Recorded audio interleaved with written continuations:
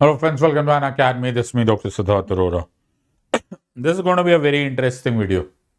ये बहुत interesting video इसलिए because from the various question जो प्रीवियस ईयर में यूपीएससी सिविल सर्विस एग्जामिनेशन पूछा गया है, I have culled out some of those question जो मुझे लगता है these are the most difficult question that have been asked at least in the last few years. Now what is very interesting is कि इस session को करने में we will have to define the word most difficult. Most of you do not even realize कि most difficult का मतलब क्या होता है. Some of you would say कि यार सर ये आंसर हमने दे दिया A, B, C और D और वो हमारे आंसर की से मैच कर गया, which automatically qualifies it not to be more difficult than what you are actually suggesting it to be. Problem यही है. Problem ये है कि many of these questions actually बहुत difficult थे. हो सकता है आपका ABCD करेक्ट आ भी गया हो, लेकिन हो सकता है आपका सिर्फ गेस वर्क चल गया हो और एक्चुअली आपको ऐसा लग रहा ही नहीं है, आपको पता ही नहीं चला है कि उसमें कॉम्प्लेक्सिटी कुछ और थी, लेकिन कोइंसिडेंटली आपने वो मार्क कर दिया without even noticing the complexity. वो कभी कभी बोला जाता है ना कि इवन एक बंद घड़ी भी दिन में 2 बार एक्चुअली करेक्ट टाइम दिखा देती है, लेकिन that is not how you must prepare for UPSC civil service examination. Because आज नहीं तो कल यूपीएससी ऐसे क्वेश्चंस को और ऐसे पैटर्न्स को रिपीट करता है और हो सकता है उस दिन luck is not favouring you. So make sure बड़े ध्यान से इस पूरे सेशन को देखना and then you will realise कि डिफिकल्ट को मैंने डिफिकल्ट क्यों बोला है. Friends, we have an amazing offer for you. Unacademy ने आपके लिए इतना सॉलिड ऑफर दिया है, I don't think you can ignore this and you have to take the best advantage of this offer. 55% off है. Have a look at the board. And 15 months का course is 23,999 में available. 18 month का course is available at 25,999. The best educators from all over India एक ही platform पे आपको पढ़ा रहे हैं. All you have to remember is my code SIDLIVE, SIDLIVE, और इस कोड को यूज करते you get the greatest advantage possible. Make sure कि तुम अपने आप को एक रियलिस्टिक चांस दो to crack this exam. That's what I always say. Make sure that you don't waste this. मैं क्वेश्चन स्टार्ट कर रहा हूं, क्विकली आंसर देने की कोशिश करो. 60 seconds. Which are the following factors constitutes the best safeguard of liberty in a liberal democracy? A committed judiciary, centralisation of powers, elected government या separation of powers. So I am not wasting a single second. तुम्हारे पास about 40 second बाकी है. Quickly answer दो. सोच समझ के answer देना और फिर मैं तुम्हें बताता हूं कि इसमें जो मैंने बाकी लेबलिंग करी है उसका मतलब क्या है. तो ये सारे प्रीवियस ईयर क्वेश्चन है. Which are the following factors constitute the best safeguard of liberty in a liberal democracy? Quickly answer देना. 20 seconds approximately. And say the last 10 seconds. Hurry up. A, B, C और D. So I will tell you the answers. Alright. पहले मैं answer दे देता हूं ताकि तुम अपने आप को मार्क कर पाओ, because that is the first interest of any aspirant. इसका answer of course is D, separation of powers. So quickly इसका आंसर लिख लो पहले and then we'll get back to the understanding of such a question. तो answer दे देना. जिन लोगों का करेक्ट आंसर है वो डी है, राइट. और ये प्रीवियस ईयर क्वेश्चन है, so just focus completely. Now let us quickly look at this. तो मैंने इसको मार्क ऐसे किया कि ये जो क्वेश्चन है इसका आंसर तब आता है जब तुम्हें कुछ पर्टिकुलर डेफिनेशंस मालूम हो, सर्टेन टर्मिनोलॉजीज मालूम हो. So let us look at A, B, C and D. तो थोड़ी देर के लिए डी को छोड़ दो because that is the answer. अब लिखा which are the following factors constitute the best safeguard of liberty in a liberal democracy? Now थोड़ी देर के लिए please concentrate, for God sake try and understand कि तुम जब एग्जाम देने जा रहे हो तो you have 60 seconds to answer this question. और तुम्हें वहां पर कोई बचाने वाला, कोई सिद्धार्थ सर आकर बताने वाला नहीं है. तुम्हारे ऊपर 1 या फिर 1/3 का रिस्क है, राइट. 1 ठीक आएगा. Now imagine for a while कि इसको मैं एलिमिनेट क्या कर सकता हूं. So let me first see centralisation of powers. Can I eliminate this choice? 100%. Because ऊपर लिखा हुआ है लिबरल डेमोक्रेसी. तो लिबरल डेमोक्रेसी में liberty, centralisation of powers control में किया जाता है. जैसे कॉलोनाइजेशन है, डिक्टेटरशिप है, ये सब centralisation of power. This cannot be the answer, this cannot be the safeguard. थोड़ी देर के लिए in the next few minutes just concentrate on trying to understand the subject rather than shouting from the top of your house A B C और D. वो गलत method है. सो centralisation of powers को मैं एलिमिनेट कर देता हूं. The next is elected government, then you have separation of powers and committed judiciary. Let's look at A. Now what is a committed judiciary? Now, committed judiciary is exactly right opposite the spectrum of what is called as an independent judiciary. Independent judiciary सरकार को favour करने के लिए नहीं होती. Independent judiciary justice के लिए होती है, न्याय के लिए होती है. उनको कोई फर्क नहीं पड़ता कि सरकार, the elected government of the day ठीक है या फिर एक इंडिविजुअल ठीक है या कोई ऑर्गेनाइजेशन ठीक है. उनका काम है टू इंटरप्रेट द कॉन्स्टिट्यूशन. उनका पार्ट है उनको डिफाइन करना है what is law, what is legal, what is illegal. Madam Indira Gandhi के समय, सरकार के समय एक thought process madam Indira Gandhi की सरकार ने इमर्ज किया था. At least it was the when it was floating around. पूरा कुछ ऐसा टेक्निकली हुआ नहीं था, but she wanted a judiciary which is a committed judiciary. A committed judiciary commit करती है कि हम उस तरीके से, उस एंगल से काम करना स्टार्ट करेंगे जिस एंगल से the elected government, the government of the day, the transient majority वो फंक्शन कर रही. I hope you realize this is exactly against the entire argument of an independent judiciary. और अगर the judiciary committed judiciary हो जाएगी, how are you going to ensure liberty? कैसे आप liberty ensure करोगे? That too in a the liberal democracy. So I would suggest कि आप A और B को eliminate करोगे on the basis of कि आपको definitions आ गया. Now you have C and D. The second and third and the fourth definition are the choices are the only possible choices. Elected government is the best safeguard. I would not suggest. Elected government में free elections होना चाहिए, fair elections होना चाहिए, doctrine of checks and balances होना चाहिए, separation of power होना चाहिए, many other concepts. केवल elected government होने से आप liberty को protect नहीं कर सकते. Can I have a case in point in this? China, classical example. Xi Jinping एक elected लीडर है, बट कैन यू से कि वहां पर लिबर्टी है, liberal democracy? I won't suggest this. In actuality, in the truth of it, in God's own truth, actually सारे के सारे जितने भी डिक्टेटोरियल रेजिम्स भी होते हैं वो सबसे पहले जाके चुनाव करवा लेते. Go to North Korea, go to China, go any of these places जहां पर लिबरल डेमोक्रेसी का नामो निशान नहीं है, वो लोग सबसे पहले इलेक्टेड गवर्नमेंट बना देते. बिकॉज वहां पर वो एक तरह से सैंक्टिफाई कर देते कि जी हमने तो सरकार, चुनी हुई सरकारें बनाई है, इसलिए वो लेजिटिमेट या जायज सरकार है, which of course it is further from the truth than anything else is possible. So that leaves us to separation of power. Executive अपना काम करेगा, legislative अपना काम करेगा, judiciary अपना काम करेगा. Nobody will unnecessarily impinge into each other's territory. This is the only safeguard जहां पर liberal democracy बचेगी. One final example जो मैं तुम्हें हिंट देना चाहता हूं. Whenever you are looking at liberty per se या liberal, तो please have a look at either France or USA. ये दो कंट्रीज का जो गवर्नमेंट सिस्टम है, this is the best exemplification of liberty. तो अगर whenever in doubt, look at US, look at France, जैसे वर्ड लिबर्टी आ जाता है. आई होप मैंने तुम्हें इसको समझा दिया है. Let's look at another question.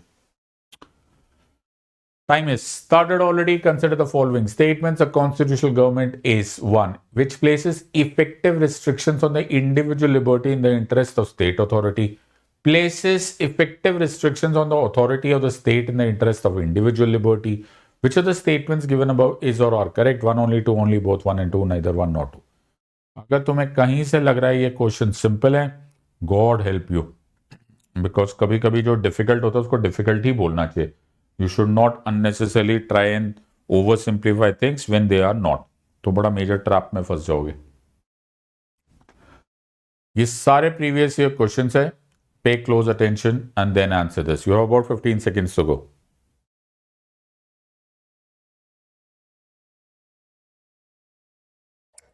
Now the entire question. So you have about 5 more seconds to go. I hope you are able to answer this question.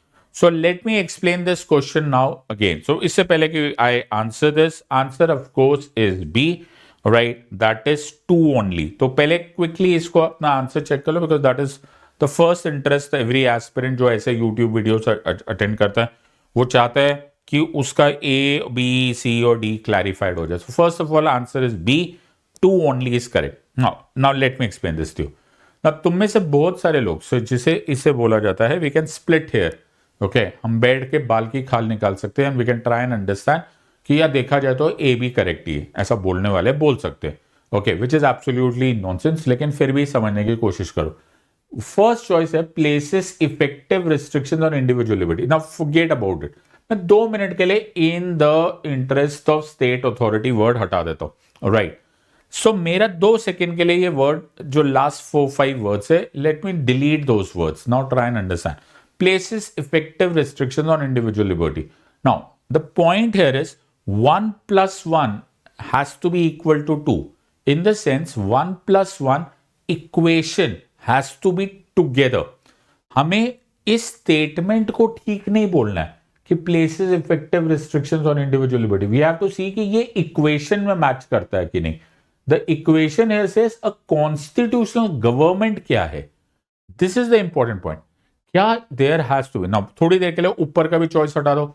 सिर्फ एक लाइन बोलता हूं मैं, सिर्फ एक स्टार्ट में बोलता हूं. टेल मी ट्रू और false. Should you not place effective restrictions on individual liberty. बिल्कुल सही बात है, इफेक्टिव रिस्ट्रिक्शंस होना ही चाहिए. अगर मेरे पास इफेक्टिव रिस्ट्रिक्शंस नहीं हुआ तो तुम जो मर्जी freedom of speech and expression को मिसयूज करोगे, तुम कहीं से भी बंदूक उठाओगे, गोली फायर कर दोगे. ऐसा थोड़ा ना होता है. There has to be effective restrictions on an individual liberty. Now match it with the line above this. Line above is a constitutional government. कौन सी होती है?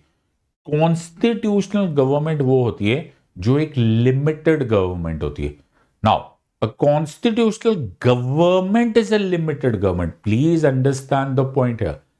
Definition यहां पे, the concept is very very clear. जब first time written constitution लिखा गया था तो यूएस का कॉन्स्टिट्यूशन लिखा गया था. और यूएस कॉन्स्टिट्यूशन जब लिखा गया था तो Thomas Jefferson, who was one of the fathers of the so called founding fathers of the constitution of USA, he was very unhappy. He was not very pleased with what the constitution came out to be. So on deeper inquiry, we found out that Thomas Jefferson wasn't happy because Thomas Jefferson said, and in his own words, he said, कि हमने, rather I'll put it in English better, it would be, he said that it is the constitution that we have formed is telling us what the government can do. It is not telling us what the government cannot do. In other words, जो constitutional government true blue, वो हमेशा limited government होती है. वो हमेशा बताती है कि गवर्नमेंट क्या नहीं कर सकता. Now let's quickly go back to all the choices. तो choice number 1 is constitutional government is one in which places effective restrictions on individual liberty. Now, if there would be a full stop here, I would have, I don't know, with a pinch of salt, I might have just accepted it. But the line here is in the interest of state authority. Not done. Please understand, in the interest of state authority, these are all negative connotation words, certainly not acceptable in the ground of constitutional government. Now look at the second choice and you will exactly hear Thomas Jefferson places effective restrictions on the authority of the state. A constitutional government is a limited government in the interest of individual liberty. तो अभी मैंने थोड़ी देर पहले बोला, whenever in doubt with relationship to liberty, look at USA and look at France. That is, those are the places where liberty word is actually manifested, at least in terms of constitutional knowledge, in the best way. So choice of course is 2. Now तुम में से बहुत सारे लोगों ये answer ठीक है गलत है. That's not the idea. The idea is to understand कि कहां पर ट्रैप था, and that too please remember you're going to answer these questions within 60 seconds on the day of the examination. Not an easy job to do. Let's look at the next question. The right to vote and to be elected in India is a fundamental right, natural right, constitutional right, legal right. Hurry up. Right to vote and to be elected in India is a, ये क्या है?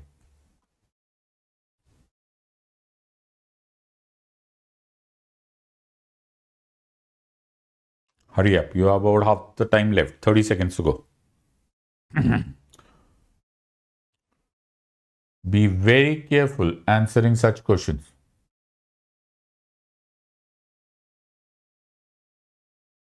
this question was asked way back. If I am not wrong, pardon me if I'm wrong, but somewhere around 2019 this question was asked. Right to vote and to be elected in India is. Now, I'll give you a very interesting answer to this question. Irrespective of what UPSC civil service examination वाले answer की दे देते, मेरा answer है I don't know. What? Yes.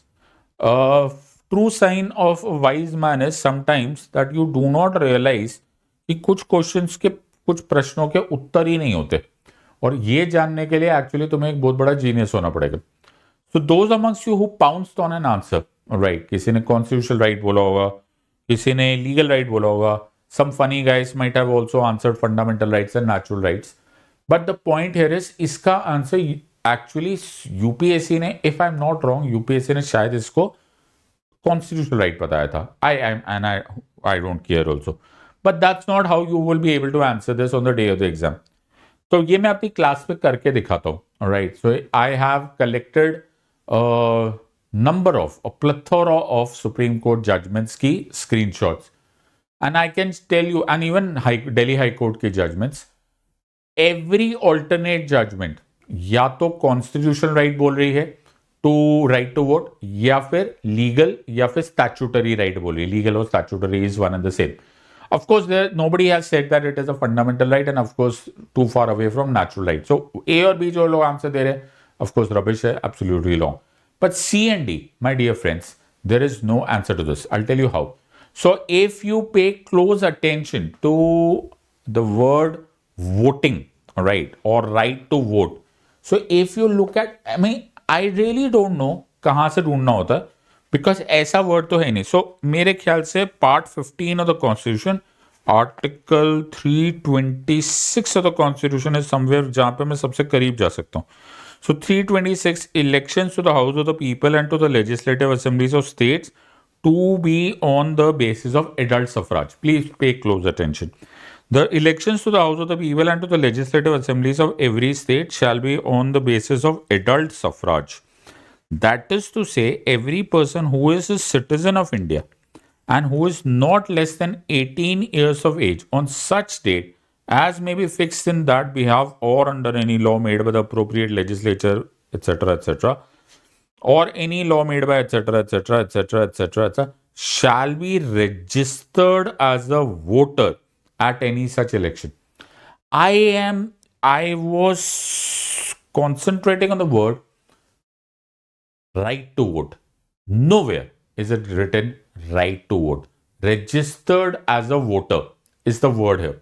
So although I don't want to say that somehow, some way it actually translates into the word or right to vote, but फिर भी right to vote शब्द नहीं लिखा हुआ था. And now the second jump would be to Representation of People's Act of 1950 and 1951, जहां पर right to vote word लिखा हुआ है, right. So no person who is and who is no person who is not registered in the electoral roll of the constituency shall have be entitled to vote. लेकिन the problem here is कि एक जगह पे constitution article 326 में universal adult सफराज बोल रहा है, और वहां पर राइट टू वोट शब्द वहां लिखा हुआ है. अब मैं इस टाइम पे बड़ा मेजर कंफ्यूजन में आ गया, and the reason to here was Delhi high Court judgement is, जिसमें chief justice of Delhi high Court justice DN Patel की एक बड़ी ऑसम जजमेंट है.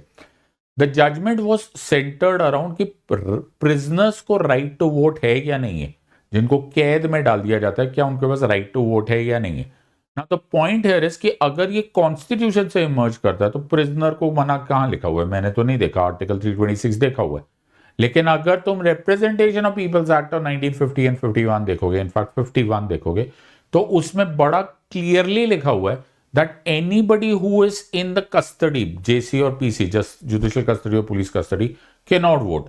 तो in a way justice DN Patel की judgment way back in Delhi high court back in time, उनका कहना था कि जो स्टैट्यूट, जो लॉ, जो लीगल डॉक्यूमेंट राइट देता है, which in this case is representation of people's act, वो ही रिस्ट्रिक्ट भी कर सकता है राइट टू वोट का.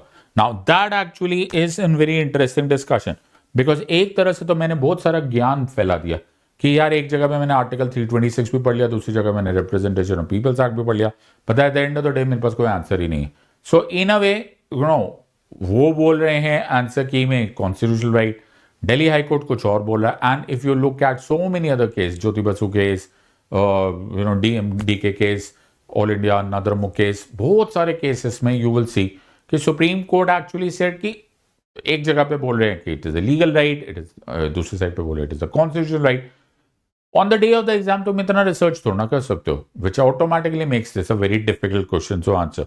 तो अगर मैं तुम्हारी जगह होगा, regardless of the fact that I am considered an authority in polity, मैं इस क्वेश्चन का आंसर नहीं दूंगा. Risking 1/3 of the answer unnecessarily, sorry, not my cup of T. Let's look at the next question. अगला question.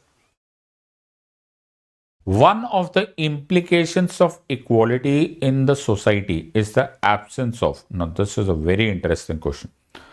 Privileges, restraints, competition, ideology. Hurry up. Now, as I have already labeled, ऐसे questions के answer तब दे सकते हो when you are clear with definitions. So, one of the implications. Hurry up. You have about 20 more seconds to go. One of the implications of equality in society is the absence of. Now that makes a very interesting read. All right. So 10 seconds. Quickly. फटाफट answer दो और फिर मैं तुम्हें बताता हूं. So again, many amongst you will start jumping on the answer. Answer of course is A. तो पहले अपने आप को आंसर दे दो. +1 for correct answer, -1/3 in case you've gone wrong. लेकिन now you have to understand. So let's quickly go and eliminate certain things. One of the implications of equality in societies, तो क्या restraint ही नहीं होगा? अरे ऐसा थोड़ा ना होगा.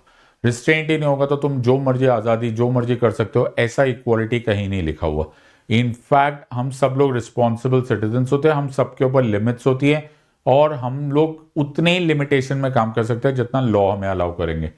उसी तरह से यहां पे लिखा है कि कंपटीशन नहीं होगा. अगर ऐसा होता कि इक्वालिटी में कंपटीशन नहीं होता तो तुम ये वीडियो ही नहीं देख रहे होते. This is absolute nonsense, because फिर तो कंपटीशन ही नहीं है, तो फिर तो सब लोग ही आईएएस ऑफिसर बनेंगे या फॉर दैट मैटर कोई भी आईएएस एग्जाम के नहीं देंगे. ऐसी भी बात नहीं है. One of the implication of equality in the absence of ideology. Ideology as an विचारधारा, ऐसी तो बात नहीं है. इनफैक्ट हम तो सर्वधर्म संभाव की बात करते हैं, हम तो सबकी सुनते हैं, यूनिटी इन डाइवर्सिटी की बातें. तो ऑब्वियसली ये 3 क्वेश्चन तो हो ही नहीं सकते. और ये 3 चॉइसेस तब नहीं आ सकते जब आप कम से कम इजी डेफिनेशंस में इन सारे वर्ड्स को निकाल लोगे, which makes us to the word. अब आंसर तो तुम्हें पता चली गया है, लेकिन I would suggest that you should also experiment with कि प्रिविलेजेस होता क्या है.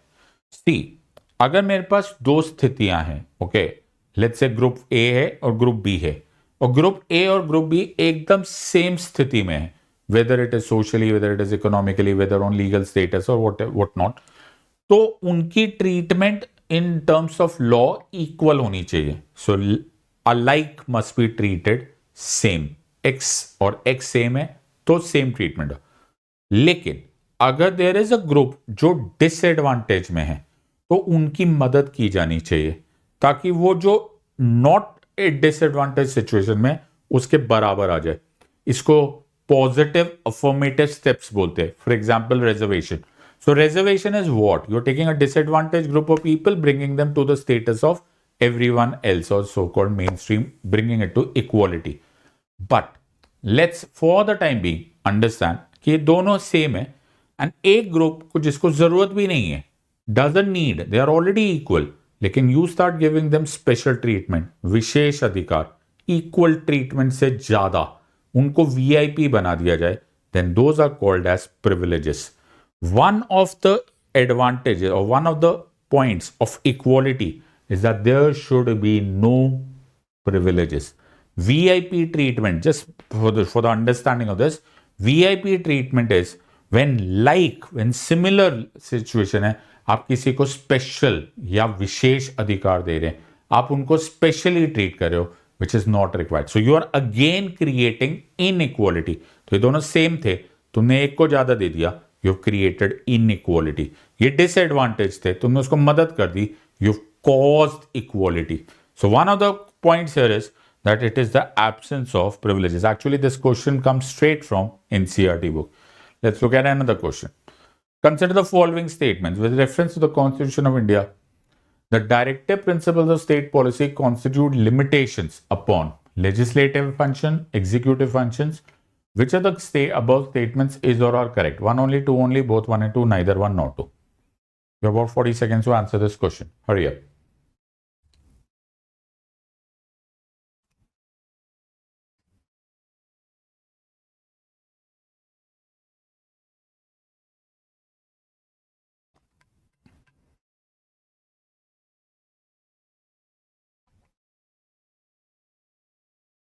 If any amongst you, while answering this question, right and wrong is a different issue, but while you're answering this question, you feel this is an easy question, then I'm afraid that you really don't understand the subject.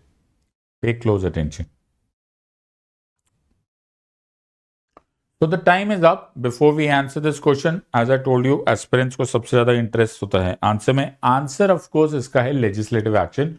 That is A. First choice is the only one correct. Now there is a problem. Okay. To understand this, पहले कुछ words समझो. DPSPs. The question pertains to Directive Principles of State Policy. Directive Principles of State Policy by definition. Let's again look at these definitions. So if I look at Article 37 of the Constitution, let me open Article 37. Let me flip to Article 37. Where is 37 gone? All right. So here we are. So Article 37 says application of the principles contained in this part. The provisions contained in this part, we're talking of part 4, shall not be enforceable by any court, but the principles therein laid down are nevertheless fundamental in the governance of the country. And now strain your ear, hear me out. It shall be the duty of the state to apply these principles in making laws. Article 37. In making laws. Now that's a very interesting point. So the point here is that directive principles of state policy constitute limitations upon legislative function. Now this is a very interesting question. I answer this question as A. Right. I can answer this question as C, as well as I can answer this question as D. क्या बोल रहे हो? Yes, इसका answer A भी हो सकता है, इसका आंसर C भी हो सकता है और इसका आंसर D भी हो सकता है. Let me explain this to you again. सबसे पहले इस क्वेश्चन का आंसर इतना कंफ्यूजिंग है दैट मैंने तो ऐसे बड़ा आराम से ए दे दिया. मैंने सोचा चलो कुछ तो आंसर दे दें. But on the day of the exam, if you know your subject, you are in trouble. Let me explain this. With reference to the Constitution of India, pay close attention to the answer. The directive principles of state policy constitute limitations upon. अब ये अगर मैं definition के अनुसार चले जाऊं तो इसमें लिखा हुआ है कि the state must follow these principles in making laws. DPSPs एक पॉजिटिव डायरेक्शन में लिखी हुई चीज है. इट इज अ निर्देश, नीति निर्देश बोला जाता है. ओके, निर्देश as an directions to do something. Now please understand this part. मैं तुम्हें यह बात बोलता हूं, please pay close attention. For example I say कि पेन जो है, ओके, ये पेन है, इस पेन को जमीन से 10 फुट ऊपर बैलेंस करो. मैं क्या बोला? 10 फुट ऊपर बैलेंस करो. क्या मैं इसका मतलब उल्टा भी बोल सकता हूं कि मैं बोल सकता हूं कि 9 फुट पर बैलेंस मत करना, 11 फुट पे बैलेंस मत करना, 10 फुट पे बैलेंस करना. Now there is a problem here, please understand. ये डेफिनेशन बड़ी डेंजरस है क्योंकि ऊपर लिखा हुआ है constitute limitations upon legislative function. क्या ऐसा बोला जा रहा है कि डीपीएसपी मना कर रही है किसी तरह के लॉ स्कोप करने की? क्या डीपीएसपी या फिर डीपीएसपी कुछ करने को बोल रही है? अगर ये करने को बोल रही है और मैं लिमिटेशन को नेगेटिव वर्ड देख लेता हूं, जैसे कि फंडामेंटल राइट्स को लिया जाता है, तो मुझे ये लेजिस्लेटिव फंक्शन और एग्जीक्यूटिव फंक्शन पढ़ने की जरूरत ही नहीं, बिकॉज उस हिसाब से तो ये लिमिटेशन वर्ड ही नेगेटिव है, और नेगेटिव होते ही ये नाइदर वन नॉट टू हो जाता है, कांग्रेचुलेशन गेम इज ओवर, मुझे आगे पढ़ने की जरूरत ही नहीं, बिकॉज डीपीएसपी पॉजिटिव होने चाहिए, लिमिटेशन अपने आप में एक नेगेटिव कनोटेशन है, game is over, answer should be D. There could अन्न अब देखो मैं तुम्हें, अब तुम्हें पता चलेगा। सो क्या होता है, जो लोकल एजुकेटर्स होते हैं, जो लोकल टीचर्स होते हैं, उनको आइडिया ही नहीं होता कि डेप्थ ऑफ सब्जेक्ट कितना दूर तक चले जाता है, बट जो इंटेलिजेंट लोग होते हैं उनको पता होता है वेयर नॉट टू गो। तो सांप दिख रहा है, 6 फुट का किंग कोबरा दिख रहा है, इसमें कोई समझदारी नहीं है आप उसको ये बोलने को कि ये कुछ नहीं करने वाला। बाबा ये इसमें बहुत समझदारी है कि तुम उस एरिया में बड़े केयरफुली जाओ, या फिर हो सकता है जाओ ही ना। ये ज्ञानी ही तुम्हें बता सकता है, ये एक इंटेलिजेंट आदमी बता सकता है कि वो किंग कोबरा है बाबू। ओके, अगर उसने डसा ना तो एकदम सीधा यहां से ऊपर की जर्नी बिना वीजा के हो जाएगी। सो द पॉइंट यहां पर है, you have to be very careful in understanding. So let's look at कि क्या ये नाइदर वन नॉट टू है, तो मेरे पास ये एक डी चॉइस हो सकती है। द सेकेंड चॉइस इज, अभी अभी मैंने क्या बोला, डीपीएसपीस को फॉलो करना पड़ता है इन फॉलोइंग लॉज। अब अगर मैं सिर्फ लॉस की बात करूं और इस लिमिटेशन वर्ड के ज्यादा मैं पोस्टमार्टम ना करूं या डाइसेक्शन ना करूं, और मैं बोलूं कि यार लिमिटेशन है बट है तो लॉ से रिलेटेड, तो मेरा आंसर ए हो जाएगा, which is the one I kind of showed you. So answer is यार लॉ, लीगल लेजिस्लेटिव फंक्शन है, DPSP must be followed, article 37 में लिखा हुआ है, answer would be A. Now there is another answer possible, यार ये तो हद ही होगी। द अनदर आंसर इज कि जब कोई भी अथॉरिटी को लॉ बनाने की परमिशन होती है, तो वहीं तक, जहां तक लॉ बनाने की परमिशन होती है, वहीं तक उस अथॉरिटी को एग्जीक्यूटिव यानी कि कार्यपालिका वाले फंक्शन करने को भी तैयार है का पावर्स होती है। Let me explain this to you. For example, अगर मेरा पार्लियामेंट या सेंट्रल गवर्नमेंट सिटीजनशिप पे लॉ बना सकता है, तो सिटीजनशिप से रिलेटेड लॉ पर जो एग्जीक्यूटिव एक्शन है वो भी कर सकता है। बिल्कुल सही बात है। अगर मेरा स्टेट पुलिस से रिलेटेड लॉ बना सकता है, तो पुलिस में तबादले भी कर सकता है, पुलिस से रिलेटेड ट्रांसफर भी कर सकता है, एग्जीक्यूटिव एक्शन भी कर सकता है। इसीलिए लेजिस्लेटिव फंक्शन और एग्जीक्यूटिव फंक्शन एक्चुअली कंकॉमिटेंट होते हैं, रादर कंकरेंट होते हैं, को एग्जिस्टेंट होते हैं, को टर्मिनस होते हैं। जहां तक तुम हो, जहां तक लॉ बनाने की ताकत है, वहीं तक एग्जीक्यूटिव बनाने की ताकत है, तो या एक्शन लेने की ताकत है। यार ये तो कमाल ही हो गया। ये पहला ऐसा इंटरेस्टिंग क्वेश्चन है जिसमें फर्स्ट चॉइस भी ठीक है, पॉसिबल तो देखा जाए तो सी चॉइस भी ठीक है, और डी चॉइस भी ठीक है। एक्चुअली इसमें जो गलत है या फिर जो नहीं हो सकता थैंकफुली, वो बी नहीं हो सकता। बाकी तुम्हारे पास सारे के सारे चॉइसेस है। अब तुम बोलोगे वाह यार ऐसे क्वेश्चन है, and what is very interesting is कि मैं तुम्हारे यहां पर अभी आंसर दे रहा हूं, एक पॉलिटी का अथॉरिटी जिसने जिंदगी में लॉ पढ़ने के सिवाय शायद ही कुछ और किया हो, वो तुम्हारे साथ यहाँ पे बड़े शांत वातावरण में एयर कंडीशन चलाकर तुम भी बैठे हो, एसी चलाकर, वैसे एसी तो नहीं लगाया वो मैंने, लेकिन उस तरह के हालात में मैं बड़े कंफर्टेबल एनवायरनमेंट में तुम्हें पढ़ा रहा हूँ, और फिर मेरे पास चॉइस ए भी आया, सी भी आया, डी भी आया, लेकिन on the day of the exam तुम एक बड़े high pressure, pressure cooker type scenario में बैठे हुए हो। You have to answer this question within the time period of 60 seconds, which I really don't know how you going to figure out on the day of the exam. And despite of that fact, अगर तुम इसको easy answer देते हो and बोलते हो यार easy है, इसमें डिफिकल्ट नहीं है, God help you. Next question coming your way. The parliament, you have 60 seconds, hurry up. The parliament of India acquires the power to legislate on any item in the state list in the national interest of a resolution to that effect is passed by A. Lok Sabha by a simple majority of its total membership, Lok Sabha by a majority of not less than 2/3 of its total membership, Rajya Sabha by a simple majority of its total membership, Rajya Sabha by a majority of not less than 2/3 of its members present and voting. Your 30 seconds. Quickly answer.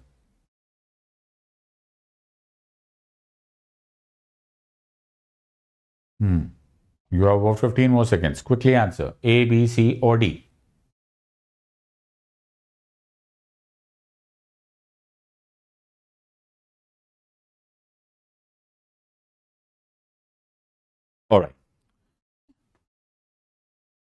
Those amongst you were anxious with relationship to what the answer of course is D. There's no ifs and buts about it.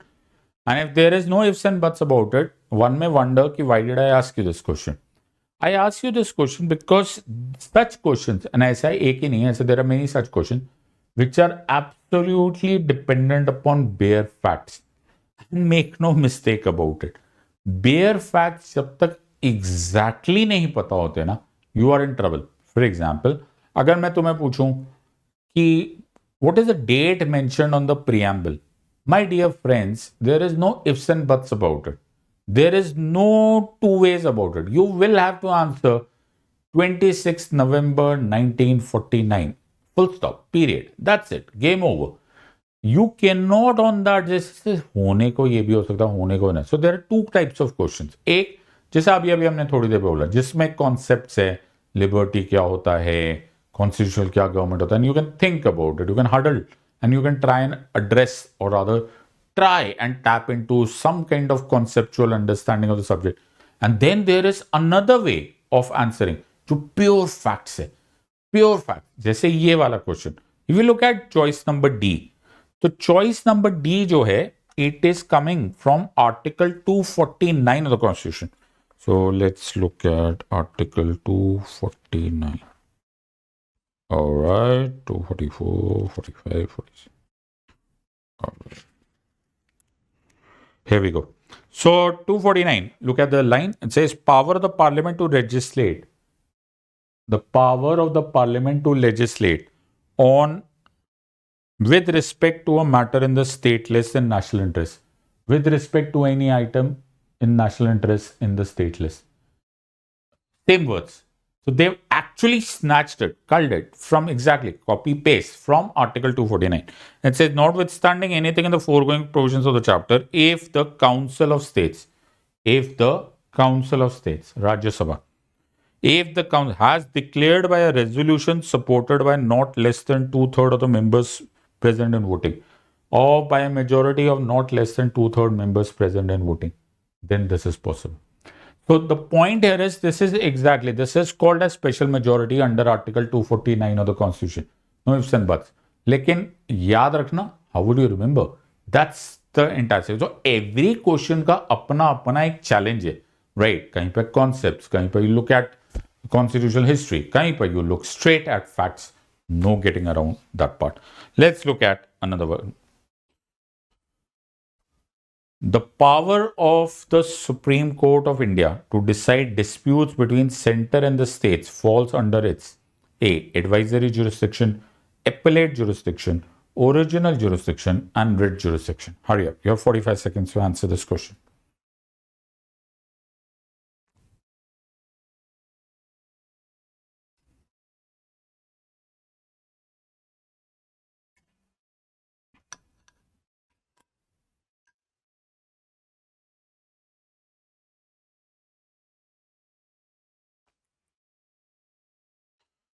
You have about 20 more seconds to go. Hurry up. The power of the Supreme Court of India to decide disputes between center and the states falls under its. Now, before I answer this question, I hope you realize that this is the kind of challenge. Oh, before I answer this, you must be curious to know the answer. Right? Answer, of course, here is C. Right? I'm sorry for A. That's a mistake. The answer is C. Please look at this part. So answer is C, original jurisdiction, right? And let's try and understand this part.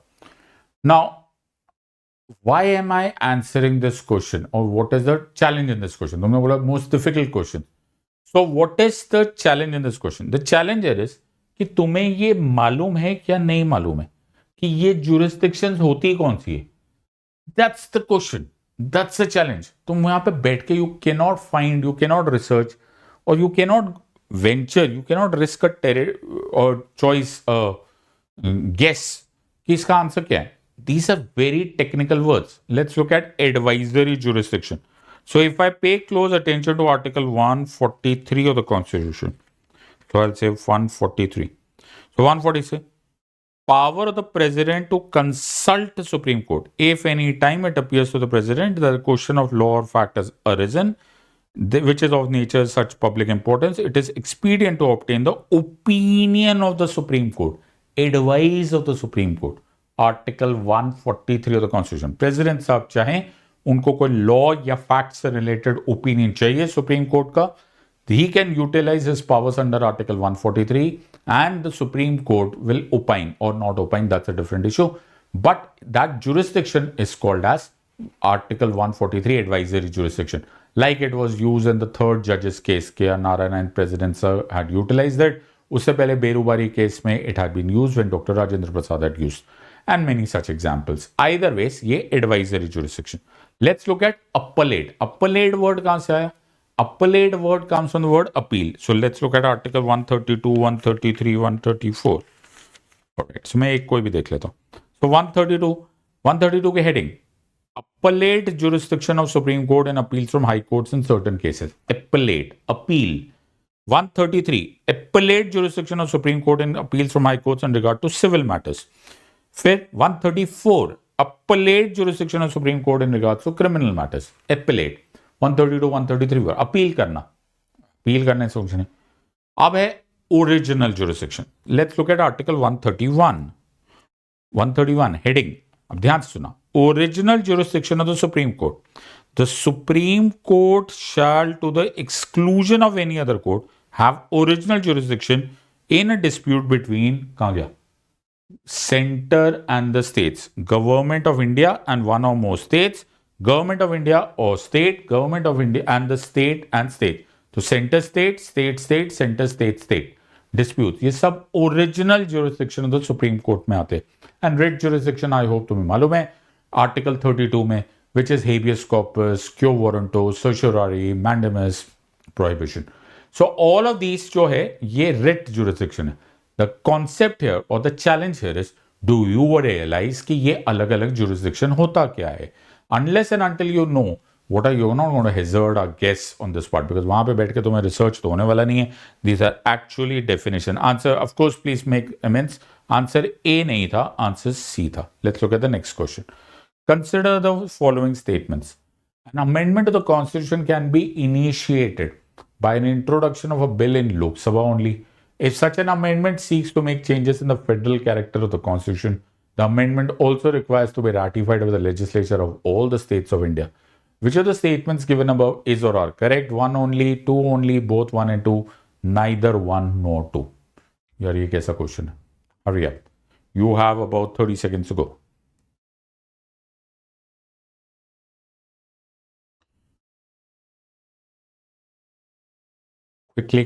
Quickly. An amendment to the Constitution of India can be initiated by introduction of a bill in the Lok Sabha only. If such an amendment seeks to make changes in the federal character of the Constitution, the amendment also requires to be ratified by the legislature of all the states of India. Which of the statements given above is or are correct? So before we answer this, right, answer of course इसका है D, right, as in both the choices are wrong. So ये D choice कैसे आ सकता है यार? How can you have D choice answer? और बहुत सारे लोगों ने, I am just laughing at them, बहुत सारे लोगों ने इसका आंसर A दिया होगा, ओके, या फिर B दिया होगा, आई डोंट इवन केयर. ये सारे गलत है. कैसे? Why? Let me look at this part.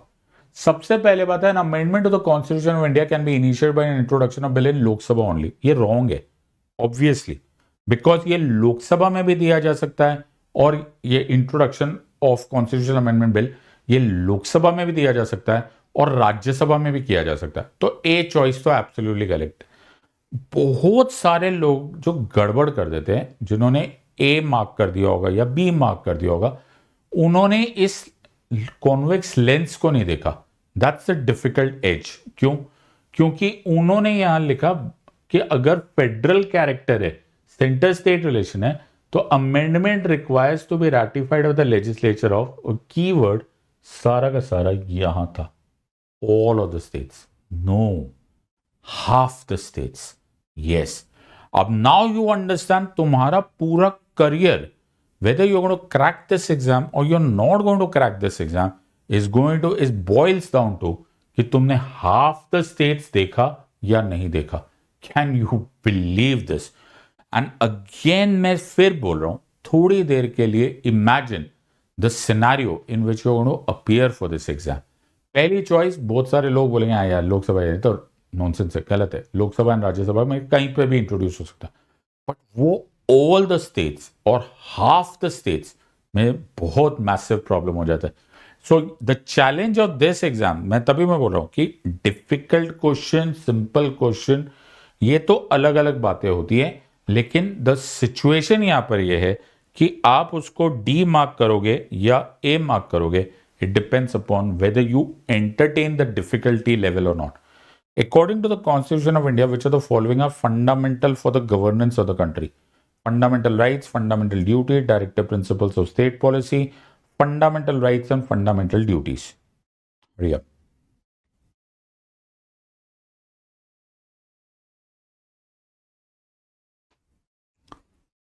According to the Constitution of India, which of the following are fundamental for the governance of the country? A, B, C, or D? You have about 20 more seconds to go. Hurry up.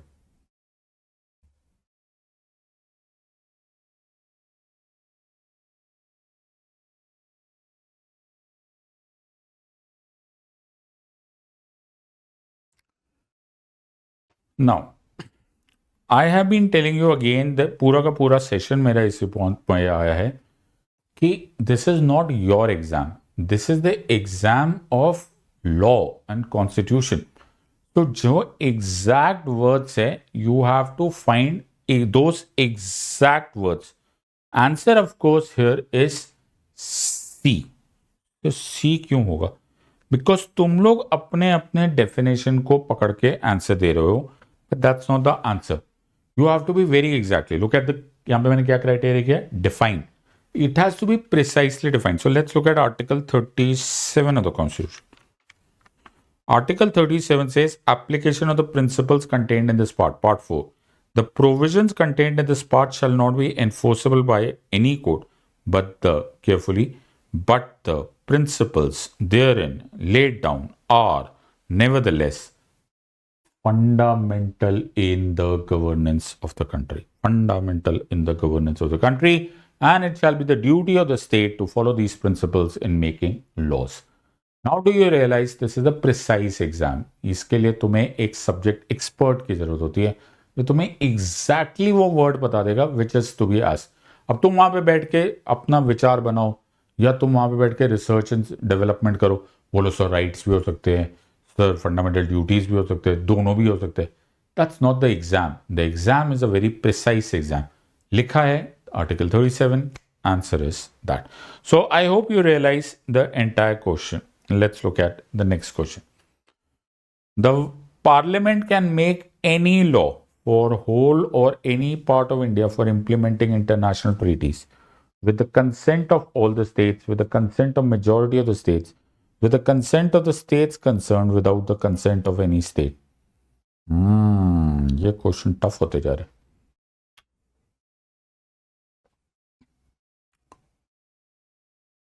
The parliament can make any law for the whole or any part of India for implementing international treaties. You have about 20 seconds to answer this question.